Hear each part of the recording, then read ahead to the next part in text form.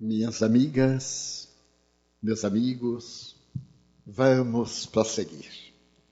A mim me fascina Jesus. Como é possível que ele pudesse entrar no tempo, além do tempo, e referir-se a acontecimentos que se tornaram realidade em nossos dias? Vamos encontrar no seu Evangelho, mais de uma vez, saudáveis advertências, convites à reflexão. E, particularmente, nós vamos encontrar no sermão profético, em Marcos, número 13, versículos 1 a 23. Esse homem incomparável visitava Jerusalém. Era talvez a sua terceira visita à capital israelita. Ele estava acompanhado de homens muito simples, não espíritos simples. Eram homens ignorantes, mas não eram espíritos atrasados. Eles estavam vestidos na argamassa celular da simplicidade, para melhor absorver o pensamento pulcro do mestre incomparável. Mas se tratava de espíritos nobres, na sua maioria, que se tornaram acólitos, para que a sua mensagem pudesse ficar permanente em cada época, durante a sucessão dos milênios. E naquela oportunidade em que ele visitava Jerusalém, adentrou-se no templo. Talvez muitos não saibam ou não recordam que o templo de Jerusalém foi erguido por Zorobabel, muitos séculos antes. Depois ele foi reconstruído por Salomão. E mais tarde, quando os egípcios conquistaram Israel, naquele longo período as tradições desapareceram. E quando eles foram transferidos noutra escravidão à Babilônia, o rei Ciro, o grande persa, ao conquistar a Babilônia, libertou os israelitas. E isso por volta de 444 antes de Jesus. E selecionou os hebreus mais nobres para reerguerem o templo, para reescreverem o Pentateuco, os 5 livros de Moisés, e aqueles hebreus foram capitaneados por Esdras, que está também na Bíblia. Erguem o templo que é considerado o maior colosso da antiguidade. Mais tarde o templo é embelezado por Herodes Antipas, melhor, Herodes o Grande, que manda colocar na entrada uma parreira em ouro, ali esculpida em macheteria no mármore, para agradar os hebreus. E essa obra colossal deslumbrava não apenas o povo de Israel. E Jesus, ao sair do templo com os seus discípulos, ouviu um deles dizer: "Olha, mestre, que pedras e que edifícios!" Disse-lhe Jesus: "Vês, esses grandes edifícios, não ficará pedra que não seja derrubada." Era um escândalo, porque ali havia pedras de 10 toneladas. Estando ele sentado no Monte das Oliveiras, defronte, depois de atravessar o vale do Cedron, perguntaram-lhe em particular Pedro, Tiago, João e André: "Dize-nos, quando sucederão estas coisas? E que sinal haverá quando todas elas estiverem para se cumprir?" Jesus começou a dizer-lhes: "Vede que ninguém vos engane. Muitos virão em meu nome dizendo: sou eu, e enganarão a muitos. Quando, porém, ouvirdes falar de guerras e rumores de guerras, não vos assusteis, porque é necessário que assim aconteça, mas ainda não é o fim. Vamos particularizar a análise. Quando Jesus disse que não ficaria pedra sobre pedra, estávamos no ano 28 ou 32. E mais tarde, no ano 68, quando Vespasiano estava no apogeu em Roma, seu filho Tito sitiou Jerusalém e levou Jerusalém à ruína. E ao adentrar-se em Jerusalém no ano 70, derrubou o templo, não deixando uma pedra sobre outra pedra. Ficaram somente as pedras do alicerce, que sustentam o Monte Moriá, sobre o qual estava erguido o edifício. Que percepção ele tinha do futuro! E quando ouvides falar de guerras, ainda não é o fim, é o começo. Porque sempre as houve face à conduta humana. E através da história temos observado aqueles falsos profetas, incluindo os que Allan Kardec, como da erraticidade, que vem dar mensagens em seu nome, que assume posições de relevo, mas não nos permitamos enganar-nos. Pois se levantará nação contra nação e reino contra reino. Haverá terremotos em vários lugares e haverá fomes. Estas coisas são o princípio das dores.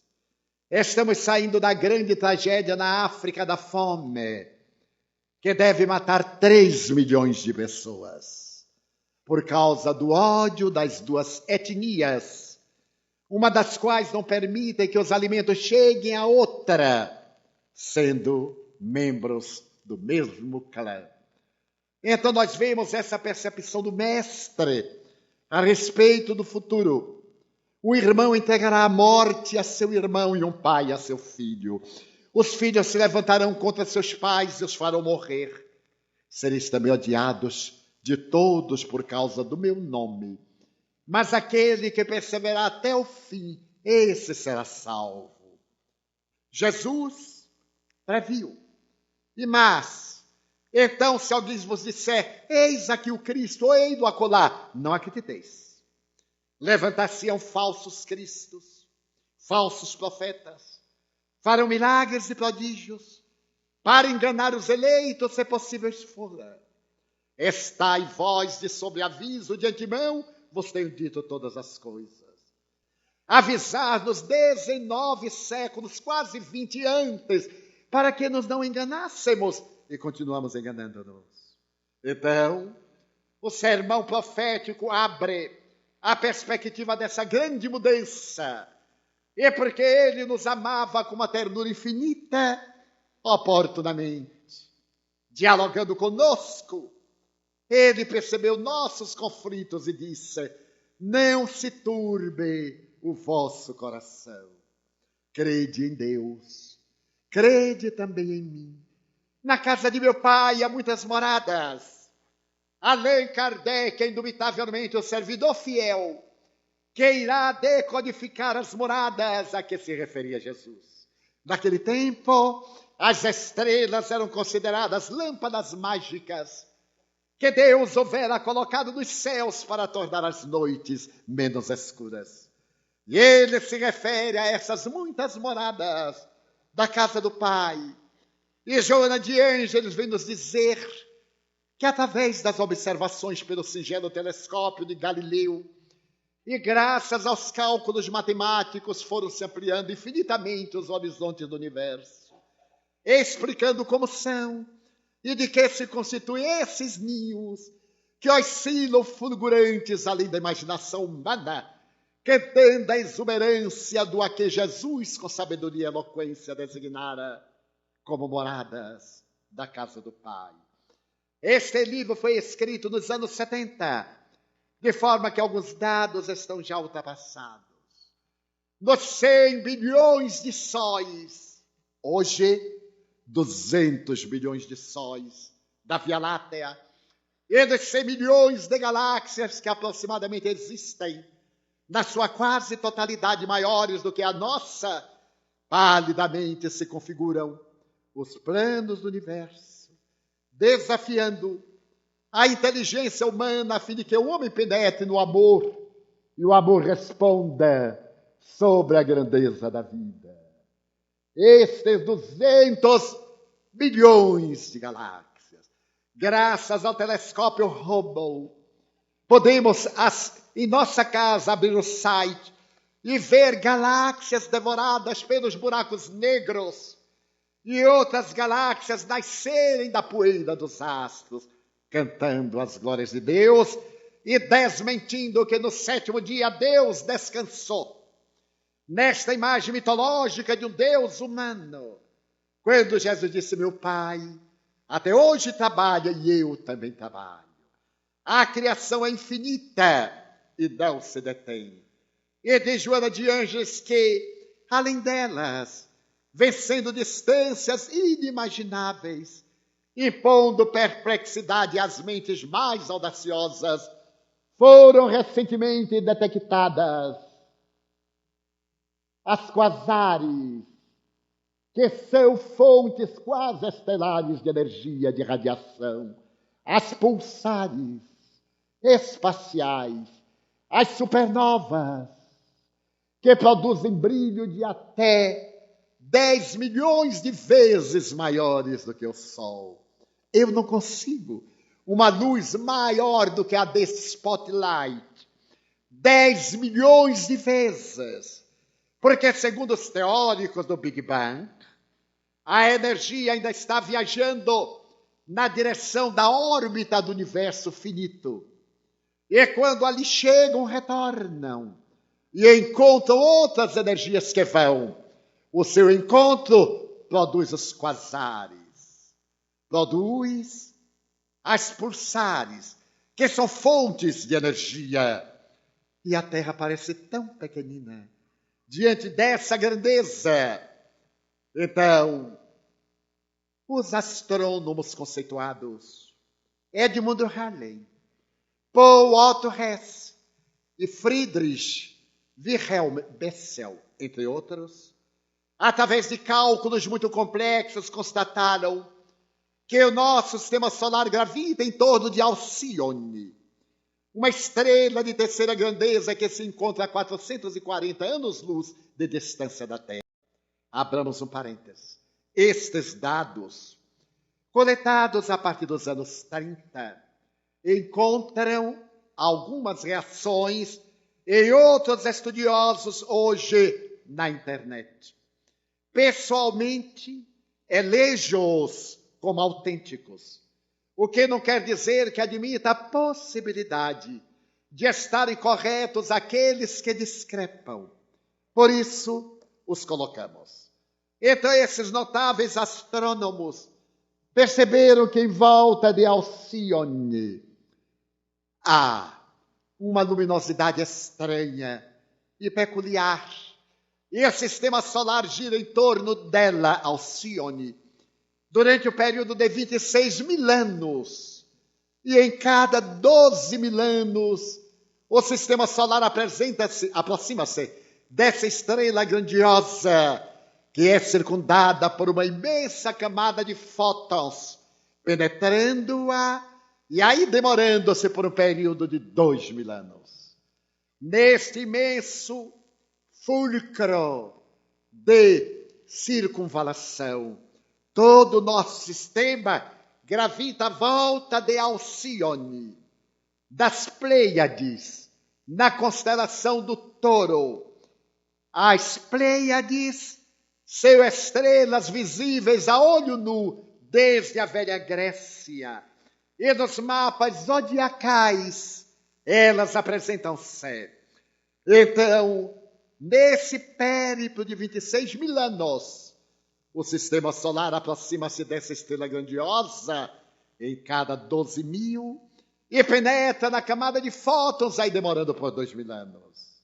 Então, há 12 mil anos, aconteceu o fenômeno que foi estudado pelos indianos antigos como sendo o período de treva de Kali Yuga, quando o nosso planeta começou a ser habitado por seres humanos inteligentes. Quando vieram aqueles da constelação do Cocheiro e vieram para encarnar na Terra nesse período. Nós temos que se passaram 12 mil anos. E então, acreditam esses estudiosos que a partir do ano de 1972 o sistema solar vem se adentrando nesse envoltório de fótons. E que a partir de 1978 a Terra começou a penetrar nessa camada de energia que produz uma certa luminosidade, resultado da excitação molecular, que não tem calor nem proporciona sombra. Está aproximando-se desde 78. Aqueles que têm mais de 40 anos. Eu de notar que as crianças que passaram a nascer desde então e na atualidade vêm apresentando características muito singulares, especialmente hiperatividade, agudeza. Hoje a psicopedagogia está com grave problema para atender as crianças DDA, as crianças portadoras de hiperatividade, de dificuldade na fala até os 3 anos. E a hiperatividade tomou conta do mundo, exigindo que os psicoterapeutas e psiquiatras proponham a chamada droga da obediência, que os especialistas da nova era não recomendam, porque esta droga torna o cérebro receptivo, que passa a atender aos impositivos, diminuindo a intensidade da criança, mas abrindo campo para futuras drogas. Não seja de estranhar o número enorme de crianças e adolescentes no crack e outras drogas ilícitas. Então, prosseguem. Allan Kardec, em O Sinal dos Tempos, tornada adulta a humanidade, tem novas necessidades, aspirações mais elevadas e mais vastas, despoja-se em consequência das faixas infantis e se lança impelida por irresistível força para as margens desconhecidas em busca de novos horizontes menos limitados. O notável codificador vai adiante. Para que na terra sejam felizes os homens, preciso é que somente a povoem espíritos bons, encarnados e desencarnados, que somente ao bem se dediquem. Havendo chegado o tempo, grande imigração se verificam dos que a habitam. Há dos que praticam o mal pelo mal, ainda não tocados pelo sentimento do bem, os quais, já não sendo dignos do planeta transformado, serão excluídos, porque senão lhe ocasionariam de novo perturbação e confusão e constituiriam obstáculo ao progresso. Substituí-los-ão espíritos melhores, que farão reino em seu seio a justiça, a paz e a fraternidade. Isto foi escrito em A Gênese, que foi publicado em 1867, antecipando 100 anos este momento da grande transição planetária.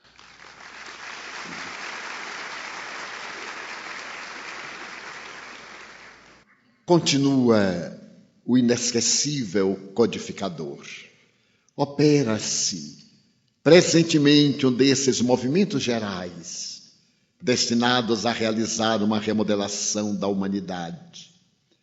A multiplicidade das causas de destruição constitui sinal característico dos tempos, visto que elas apressarão a eclosão dos novos germens.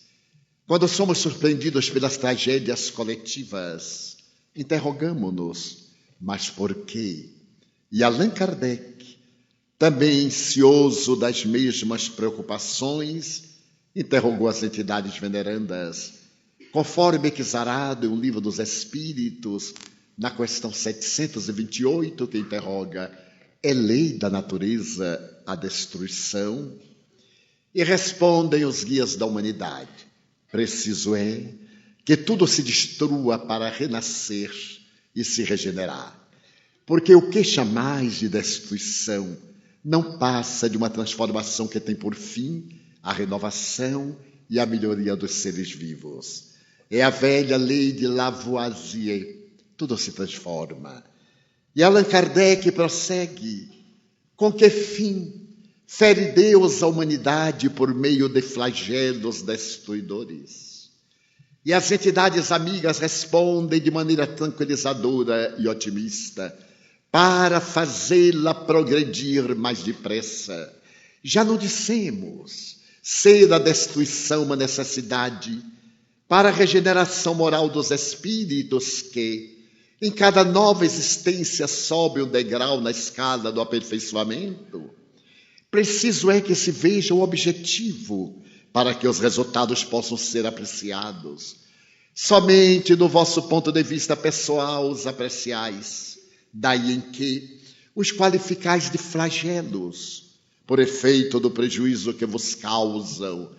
Essas subversões, porém, são frequentemente necessárias para que mais pronto se dê o advento de uma melhor ordem de coisas e para que se realize em alguns anos o que teria exigido muitos séculos.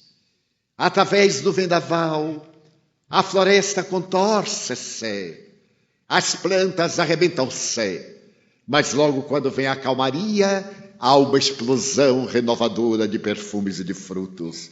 Assim também, do ponto de vista moral, no meio das criaturas humanas. E o admirável Dr. Fritjof Capra, a quem devemos obras magníficas, nas décadas de 70 e de 80, doutor em física pela Universidade de Viena, no seu ponto de mutação. Mas ele escreveu outras obras. Ele diz textualmente, não é espírita: a crise atual não é apenas uma crise de indivíduos, governos ou instituições sociais. É uma crise de dimensões planetárias.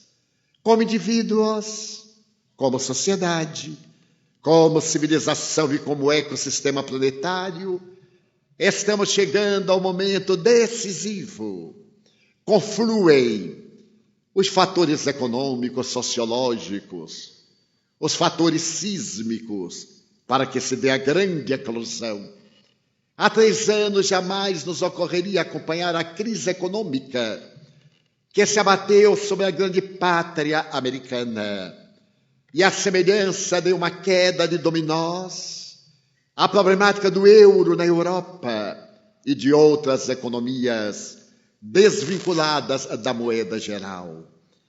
Quem de nós poderia pensar há 10 anos que a pátria brasileira, sacudida por tantos escândalos, viesse a alcançar recentemente o 6º lugar entre as nações mais prósperas da Terra, tomando o lugar da Inglaterra e ameaçando a França poderosa, que através de Sarkozy e de Merkel estão tentando manter o equilíbrio europeu, e o Brasil, na sua predestinação histórica, conseguir mudar de postura numa economia mundial abalada.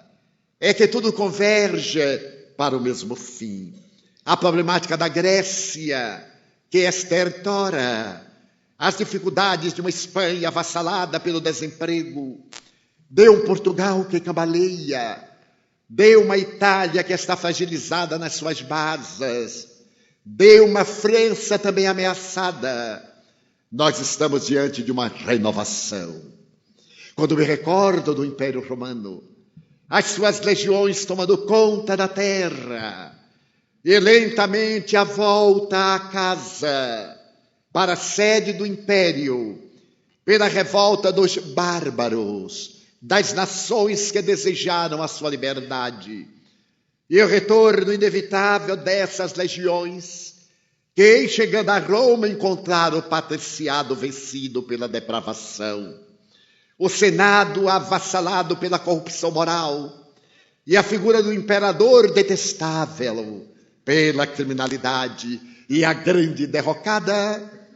Não posso deixar de recordar a grande pátria americana do norte, que de alguma forma agasalharia aqueles romanos doutrora para construir uma nação que conquistaria a terra, não mais através das legiões, mas por meio da economia da Segunda Guerra, que conquistaria por meio do dólar e dos seus organismos grandiosos vencer, submeter relativamente o mundo, deixando-nos imagem de alguns dos seus governantes que pareciam xerifes da humanidade, estabelecendo através do FMI, do Banco Mundial, as suas exigências sobre as nações dependentes economicamente mais fracas, e depois, relativamente à queda de fora para dentro, o recuo inevitável, e no cerne da grande nação, a grande pátria do tio Sam, as grandes problemáticas que corroem o organismo interno nas defecções morais, a ponto de algumas estatísticas confiáveis asseverarem que hoje, nesse país de tecnologia de ponta e de poder, existem aproximadamente 20 milhões de pobres, abaixo da linha da pobreza, e quase 40 milhões de pessoas pobres e necessitadas. Algo está ocorrendo no mundo. Ainda há pouco, líamos um trabalho notável de uma organização protestante do interior do estado de São Paulo, que demonstrava que no ano de 2025, a Europa, a América do Norte, o Canadá, seriam praticamente muçulmanos. Trata-se de uma estatística muito bem elaborada, porquanto desde a queda do Muro de Berlim e da invasão da Europa pelos turcos e pelas nações asiáticas que se adentram naturalmente no continente europeu, havia uma preocupação muito grave.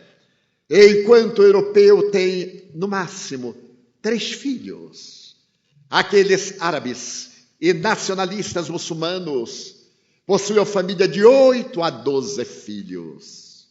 Dentro dessa visão estatística, abrindo-se as grandes mesquitas em toda parte. A França, por volta de 2015, já teria mais igrejas mesquitas do que igrejas cristãs. A Inglaterra já tem um número de mesquitas que corresponde quase ao número de igrejas anglicanas em todo o país. Nos Estados Unidos, mais de 5 milhões de representantes muçulmanos multiplicam-se, assim como no Canadá. E aqueles estudiosos protestantes, cristãos, preocupados com essa doutrina que mais cresce no mundo, ou mais crescia até o ano passado, ameaçando, entre aspas, de tornar o mundo civilizado, muçulmano. E eu então mergulhei numa profunda reflexão. Meu Deus, a estatística é um dado frio, matemático, exato na relatividade dos cálculos. Onde entra o Consolador? E a promessa do Consolador? E essa proposta de Allan Kardec asseverando que o Espiritismo não seria a religião do futuro, mas seria o futuro das religiões. Onde encontrar guarida? Nesse avanço muçulmano respeitável e nobre, mas que fere os sentimentos cristãos ancestrais. E as interrogações bairaram-me na mente, entre preces e reflexões demoradas. Foi quando começou a Primavera Árabe, a Tunísia, depois o Egito, depois a Líbia, agora a Síria, o Bahá'í, em que os ditadores de 30, 40 anos, que espoliavam e esmagavam o povo, acolitados pelos ayatolás, nas suas imposições perversas, como no Irã, no Iraque, e etc., esmagando as consciências e ampliando na soberba, e através de um terrorismo que não tem lugar no Corão, que é uma doutrina de paz. Então, de repente, surge a providência e a primavera árabe faz que os jovens anelem pela liberdade. A internet, mesmo as ocultas nos subterrâneos, manda-nos as imagens terríficas desses governantes insensatos. E recordo-me de Muammar Gaddafi, considerado o cão louco em algum tempo, aplaudido depois pelas nações que necessitavam do seu petróleo. A sua arrogância, e no momento da grande primavera, diante das suas vítimas, suplicar que o não matassem. Ele que mandara matar milhares de pessoas. Como também outros governantes que foram desafiados do poder, e o grande clamor pedindo que os governos não sejam regidos pela Sharia, pela lei muçulmana, pela democracia, sim, pela liberdade. A era nova, tomando conta também daqueles antiquíssimos países da terra. O Irã havia celebrado no tempo do Shah Reza Pahlavi 5.000 anos de cultura. Então vimos a velha Pérsia transformar-se no Irã. Vimos a queda daquele homem todo-poderoso que o mundo recusou e morreu de câncer dolorosamente, porque são irredutíveis as leis de Deus. Por mais se alongue a vida na terra, ela é sempre breve. Ainda ontem Hitler sonhava de fazer de Berlim a capital da Europa e mandara para lá as peças mais belas dos museus do mundo, roubadas durante as invasões. Onde está Adolf Hitler? 105, 108 anos depois do seu nascimento. Onde está o orgulho da raça poderosa que acreditava numa 25ª hora? Diríamos como Leon Denis, no magnífico prefácio do Depois da Morte. A vida, através da morte, tudo devorou. Aí está, no silêncio do deserto, as civilizações vencidas, cobertas pela poeira do tempo acumulada através dos Evos, que os vendavais se encarregaram de destruir, os santuários antigos com os capitéis quebrados, os túmulos abertos, onde dormem as serpentes. Então, nessa voragem do passar, a presença de Cristo, como herói invencível, o homem da cruz, que era um instrumento de vergonha concebido pelos fenícios, de que se utilizaram os romanos para punir e castigar os réus, e colocam aquele homem de braços abertos, que na condição de réu transforma-se no mártir. E embora considerado caído, está de pé. Crucificado, tem os braços abertos para afagar a humanidade e trazê-la em seu seio. Caído, sim, entre a terra e o céu, como sendo uma ponte de luz por onde transitaremos na direção de Deus. Então a crise atual não é apenas uma crise de indivíduos, governos ou instituições sociais, conforme Capra. É uma crise de ecossistema planetário. Estamos chegando ao seu momento decisivo.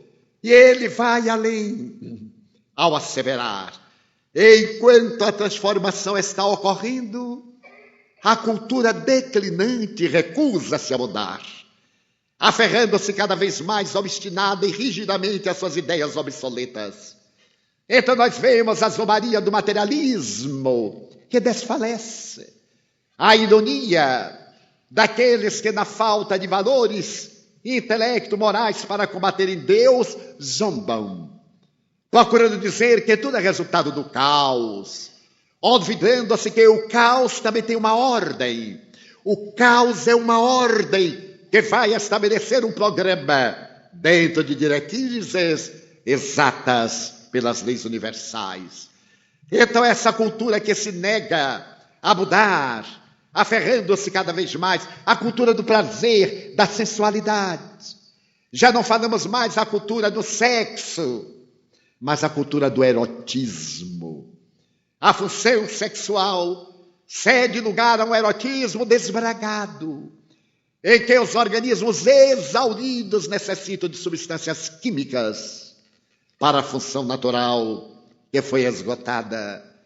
Aí está a nudez, que é muito bela do ponto de vista artístico, foi programada por Deus, atirada ao solo da vulgaridade, da insensatez, da promiscuidade, do desvalor, como sendo fogo fato de um momento de ilusão. As deusas do sexo, dominadas pela frigidez. Os deuses da sexualidade, impotentes, pelo desgaste do erotismo e a grande ilusão de um momento de prazer que cede lugar de imediato ao de uma frustração. É natural que necessitamos do prazer, da alegria e até da tristeza. Os grandes psicoterapeutas dizem que é necessário não confundirmos tristeza com depressão. Como vivemos a hora da pandemia depressiva, quando encontramos alguém triste, dizemos, você está deprimido ou melancólico. Esse momento de tristeza, de melancolia, é aquilo que Emmanuel, através do seu apóstolo mediúnico Chico Xavier, diz, é necessário cair em si, penetrar no self e perguntar-se o que é que eu estou fazendo da minha vida. E Pedro, depois de negar, caiu em si e entregou a sua vida a Jesus.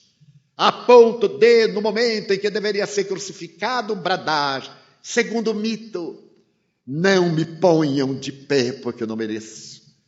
Coloquem-me de cabeça para baixo, porque eu não sou digno de morrer quanto ele. E Maria, a meretriz de Magdala, caindo em si, depois que o viu, realizou a revolução profunda da transformação moral, optando pela presença no Vale dos Imundos de Jerusalém, para morrer às portas de Éfeso, quando se dirigia à casa da Santíssima, na velha Turquia, à casa de João, em que a mãe de Jesus residia. E cada um de nós, em determinado momento da vida, caindo em si, é dominado pelo véu da tristeza, pelo arrependimento, da insensatez.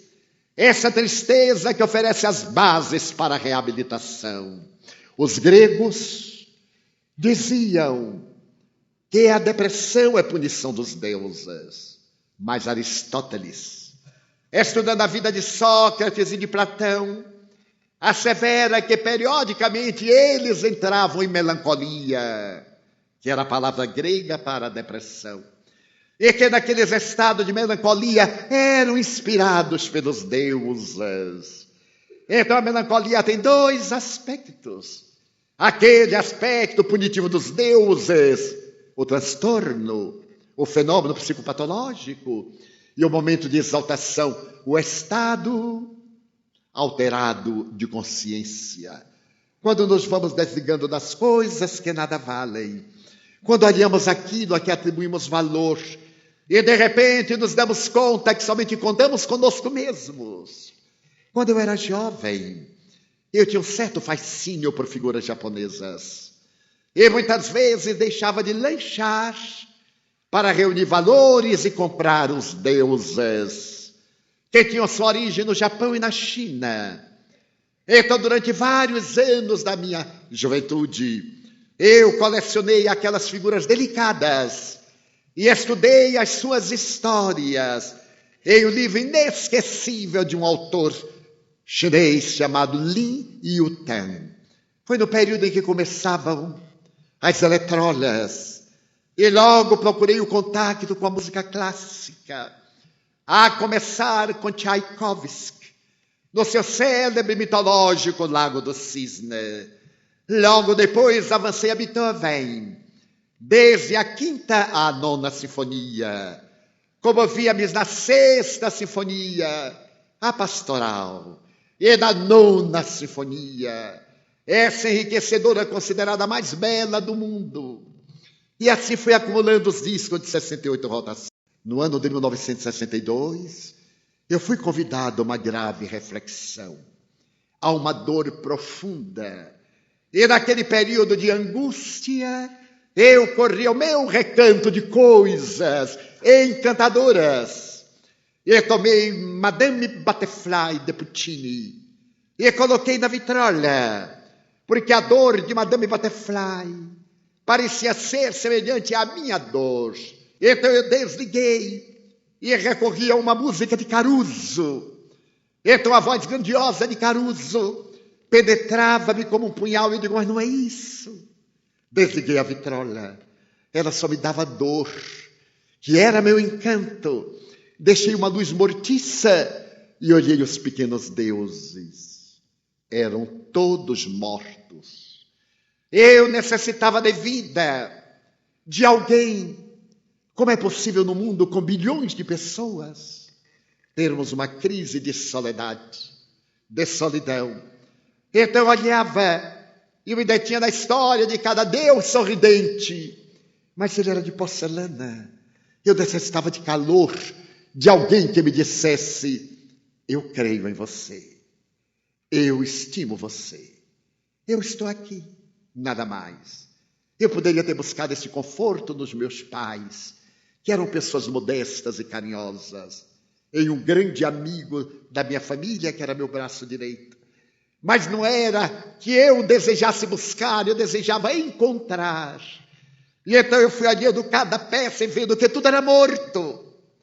A minha melancolia naquele dia foi profunda, porque eu caí em mim e dei-me conta que as coisas têm o valor que nós lhes atribuímos. No dia seguinte, eu me libertei de todas elas. E me fui libertando. À medida que eu me fui libertando das coisas, fui me desprendendo, encontrando uma alegria imensa de usar, mas não depender. De ter, mas não escravizar. E de aceitar qualquer situação como perfeitamente inevitável. Até então, quando me desprendi das coisas de fora, a melancolia me disse, você já orou? Já fez a viagem para dentro? Por incrível que pareça, eu não havia orado. Só havia chorado. Só havia lamentado. Nesse dia eu resolvi orar. E quando eu estava realmente orando, com a alma sem palavras, adentram-se os espíritos do Dr. Bezerra de Menezes e Sheila. E então eu olhei para o venerando benfeitor e disse-lhe, o senhor, que é tão caridoso, tenha compaixão de mim. Era o mês de agosto de 1962. Eu chorava 3 meses sem parar, desde o dia 10 de junho. Então ele sorriu ternamente. A dor de cabeça que me fez emagrecer 16 quilos nesse período. Embora cumprindo com os deveres, indo para as atividades. Naquele momento ele sorriu e eu disse, socorra-me. E ele gentilmente disse, como você não pediu, eu pensei que você não estava necessitando. Que lição preciosa. Pedi e dá-se-vos-á. Então Sheila estendeu os braços e, como um ectoplasma em forma de uma toalha, ele aplicou sobre a minha testa e pediu-me para reclinar no leito. Eu não dormia, eu não respirava, eu não me alimentava, eu vegetava na dor. Então eu dormi 11 horas ininterruptamente. E quando eu acordei, Sheila sorria e me perguntou na sua linguagem muito típica, então, Divaldas, olha que chique, Divaldas. E eu disse assim, ai, Sheila, havia passado a dor de cabeça. Eu me havia esquecido completamente da dor que eu mesmo havia cultivado. Porque as dores têm a dimensão do valor que lhes emprestamos. E a calúnia recebe o respeito que nós lhe damos. Se alguém me dá um presente, eu não aceito, é um direito que eu tenho. É natural. Mas se eu aceito, eu corro os riscos do conteúdo do presente. Então, quando alguém pretende nos fazer o mal e nós aceitamos, é porque estamos no mesmo nível. Mas se o não aceitarmos, o mal ficará com aquele que desejou oferecer-nos. A partir daquele momento, periodicamente na minha vida jovial e rica da compaixão de Jesus, eu me permito momentos de melancolia, de viagem interior, de uma certa tristeza que não é depressiva, é reflexiva. O que é que eu tenho feito da minha vida? Se eu for chamado ainda hoje, nesta madrugada, para voltar para casa, como é que eu estou?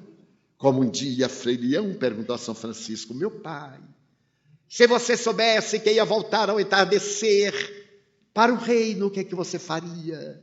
E o santo de Assis continuou sorrindo: eu continuaria capinando o meu jardim. E continuou capinando o seu jardim. Quantos de nós, se soubéssemos que iríamos desencarnar daqui a 10 anos, meu Deus, não vai dar tempo, sendo que podemos desencarnar muito antes, mesmo que não haja tempo. Então é necessário, enquanto a cultura declinante, que é o imediatismo, a sensualidade, o erotismo, o ter para o poder, teimam em não ceder espaço, uma outra mentalidade vai aproximar-se e continua a fritificar para as instituições sociais dominantes, tampouco cederão seus papéis de protagonistas às nossas forças culturais, às novas forças culturais. Mas seu declínio continuará inevitavelmente e elas acabarão por desintegrar-se, ao mesmo tempo que a cultura nascente continuará ascendendo e assumirá finalmente seu papel de liderança. Enquanto a cultura ortodoxa antiga teima, aqui está a cultura ascendente, que se vai impor nas escolas, nas universidades. Eles irão cantar a excelência da grande transição, desta mensagem que foi levada ao ridículo, que foi perseguida tenazmente, e agora passa a receber cidadania, a ser aceita, a ter direito a um pedaço de sol, a uma claridade de céu, porque nós temos o direito de ser felizes e nós estamos fadados à luz, porque nós somos lucigênitos. Da sublime luz nós somos criados. Não estamos na terra para sofrer. O sofrimento é uma opção nossa. Deus é amor e estabeleceu as leis do equilíbrio. Toda vez quando são essas leis violentadas, surge uma desarmonia em torno de quem as desqualificou. E a isso nós chamamos de sofrimento. Mas a lei não necessita do sofrer-se para atingir-se as cumeadas do progresso. Então vamos classificar a dor pungente das expiações, da nossa rebeldia, da nossa continuidade nos atos infelizes. Então a lei nos impõe a necessidade do progresso, a expiação. A dor provacional, um teste para avaliar os nossos valores, como o Enem. O Enem moral são as dores que nos classificam para uma avaliação da nossa capacidade de resistência.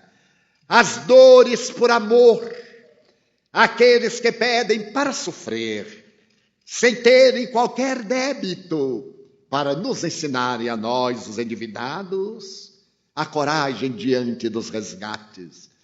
Quando eu me recordo que Francisco de Assis é a reencarnação de João Evangelista, o suave e doce João, este não provará da morte, disse Jesus, porque ele muito amou. Foi o único dos 13 que viveu até a senectude e morreu de avançada idade, na ilha de Patmos, depois da profecia do Apocalipse.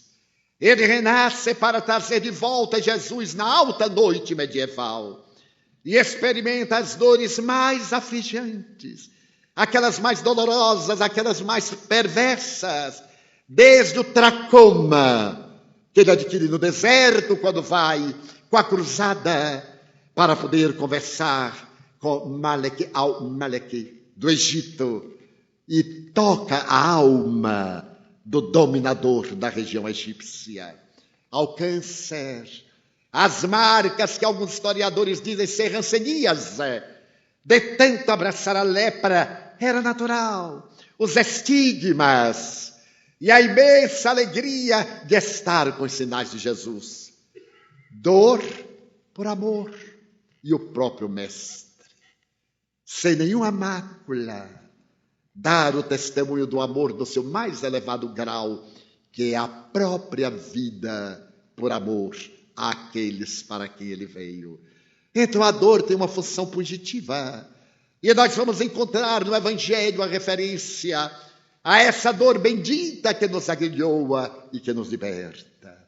Então, neste momento da grande transcendência, nós colocamos o pensamento de Immanuel Kant.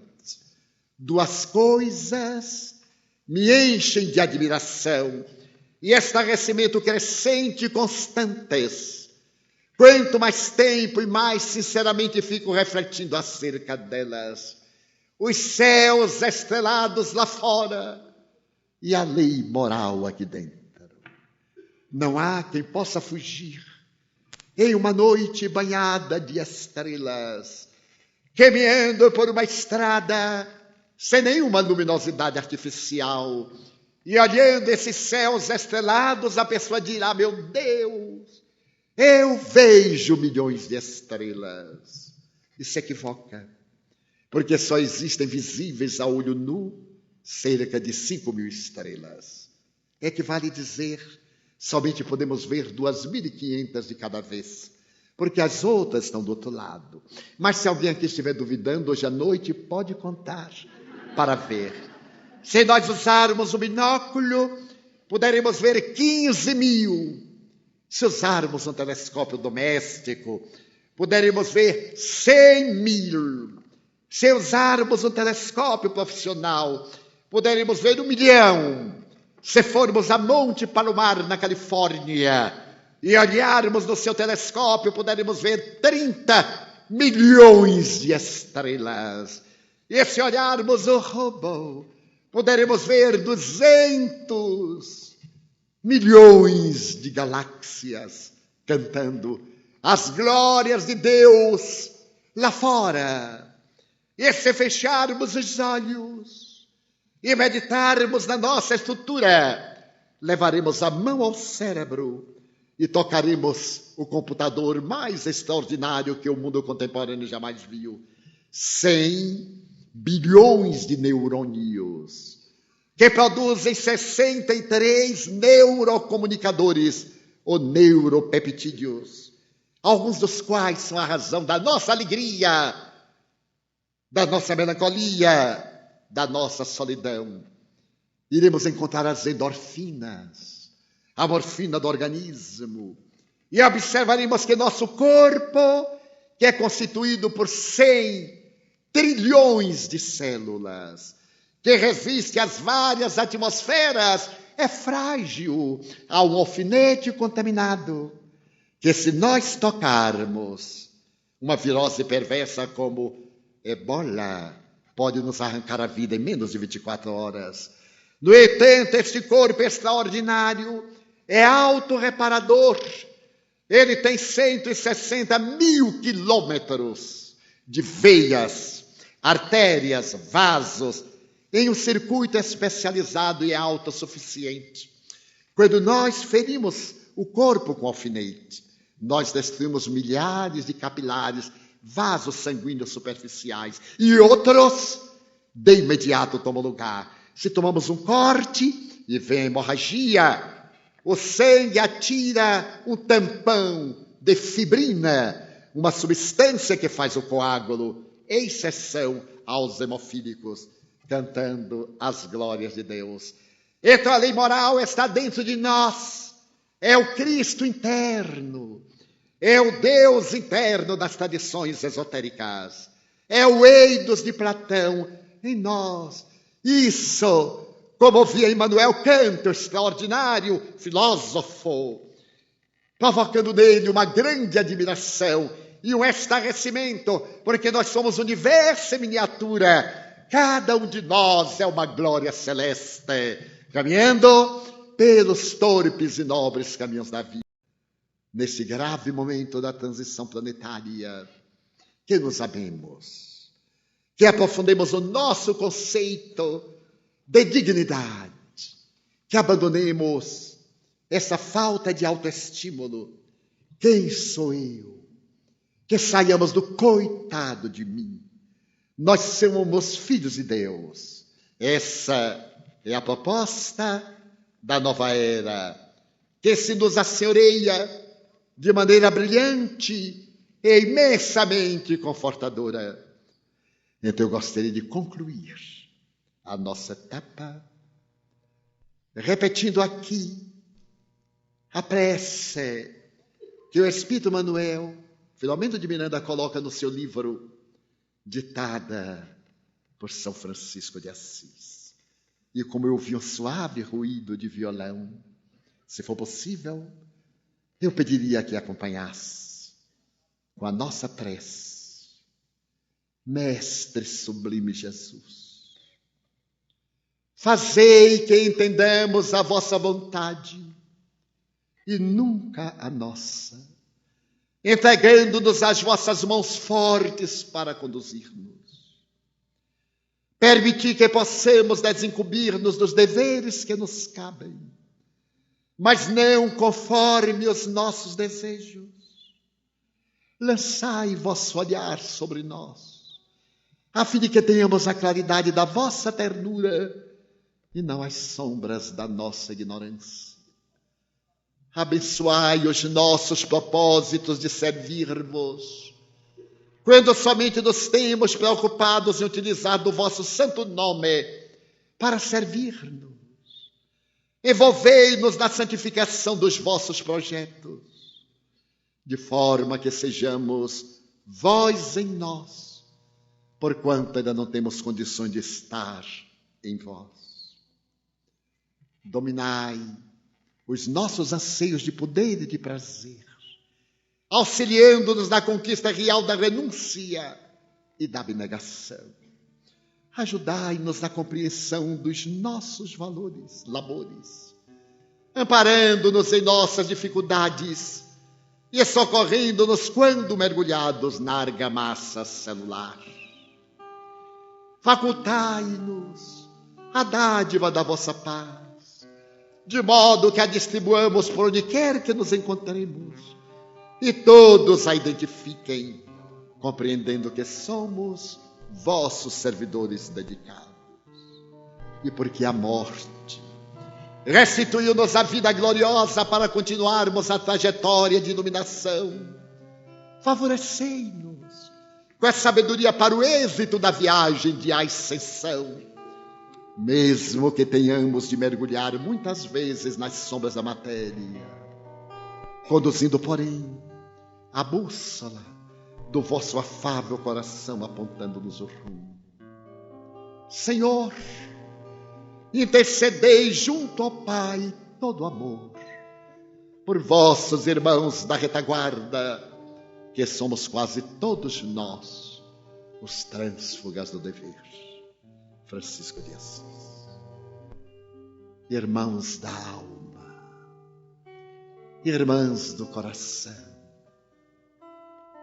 amigos que nos ouvis, permaneça em nós nos momentos difíceis da trajetória e possamos dizer aleluia. Nós te amamos, aleluia. Muita paz.